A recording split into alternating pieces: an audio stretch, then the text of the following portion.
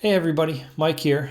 Today we're going to talk about market realities. We're going to talk about the reality of today's market, okay? And specifically with regard to traditional IRAs and 401k account balances.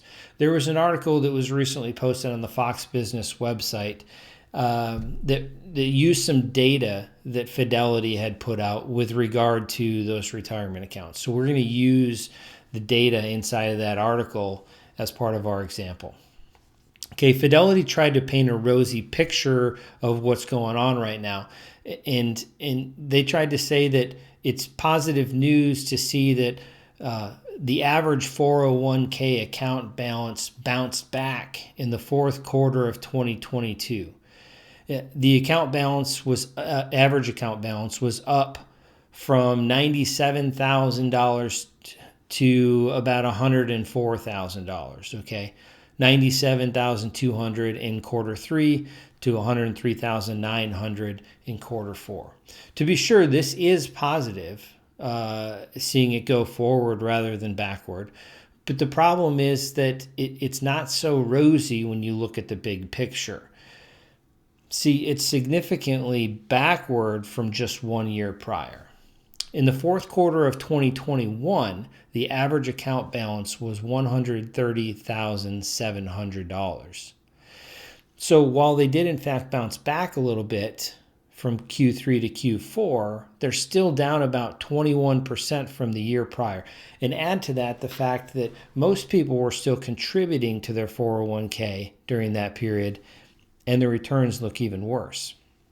Now, the article also mentions that account balances were up 34% from 10 years prior, which means that 10 years ago, average account balances were in the neighborhood of $97,500. That means that 10 years later, after one down year, the average 401k account balance was back to square one. 10 years of contributions and growth were gone.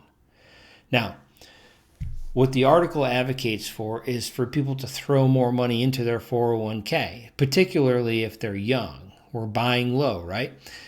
And that doesn't come as a surprise because the article was sponsored by Fidelity, who makes money on money that people contribute to their 401k, whether the accounts perform well or not.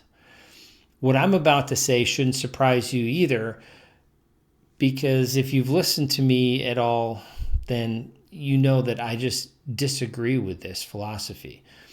Let's say you started in 2011, 10 years prior, with that $97,500 balance. Okay, you contributed $100 a month and you earned a steady 5% for 10 years. In 2021, you would have had $176,112.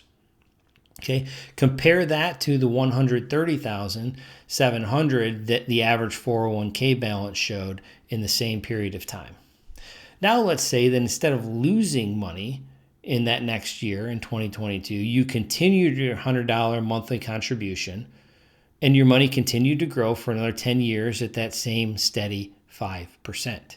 At the end of the next 10 years, you would have $305,586. So after losing 21% in year one, what rate of return would you need to get over the next 9 years in order to match that? You need to earn somewhere around 11.35% every year in order to catch back up. So the question is, why would you want to ride that roller coaster? Now, I do believe that if your company offers a match for your contributions to the 401k, it's worth getting that match. It's free money. But if you're contributing anything beyond that match, you're gambling with your money. See, private family banking is a safe alternative where your money is guaranteed to grow, so you don't have to deal with the markets, and you know your money will be there when you need it. Stop playing roulette with your money and start allowing your money to work for you in a safe manner. If you want to learn more about this concept of private family banking, please reach out to me.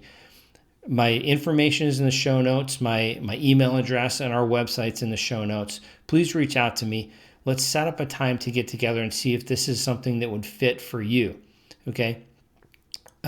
If you like what you're seeing, like, subscribe, hit the bell, get the notifications, share these videos with your friends. Let's spread the word about the alternative to the markets. People do not need to ride the roller coaster anymore.